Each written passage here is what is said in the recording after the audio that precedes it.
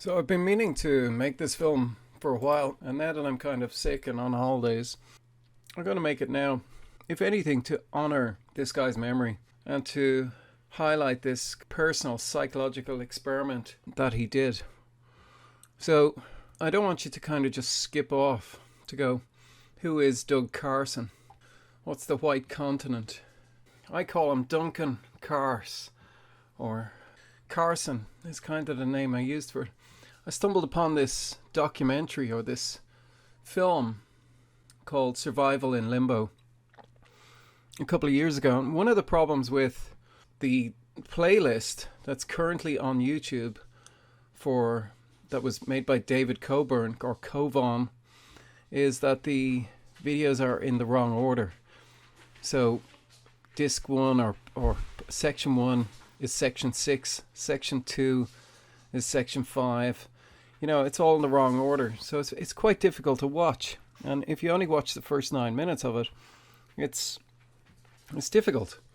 So I was thinking to put the whole film together in one go, without, I suppose, pissing off the original guy who uploaded this.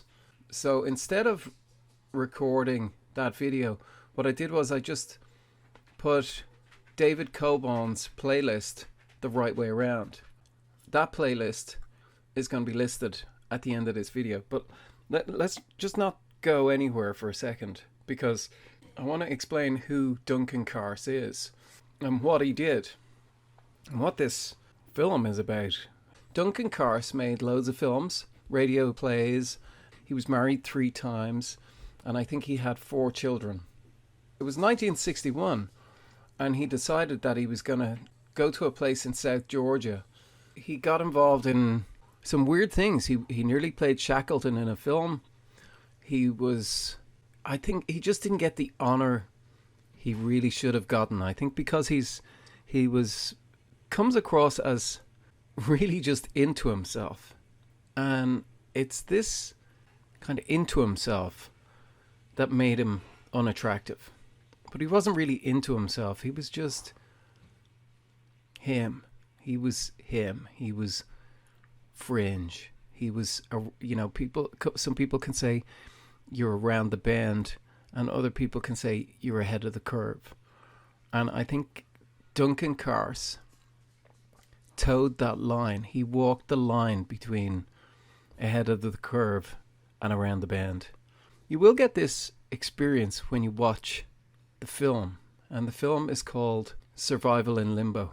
And the film is about he goes back to relive this with the filmmaker called David Cobhan. He goes back to South Georgia. He goes back onto this island where he survived from February through to September 1961. And it's this story of his survival. This hostile west coast of an island nearly killed him. And he nearly went mad, if not, he touched on madness. But there seems to be very little talked about in terms of this story. And I just wanted to kind of do this in memory of him, because he called himself an emotional cripple and a mixed up kid at the age of 47. And I think we all have this propensity to have this in us. You know, it would just take a divorce to put your life in tatters.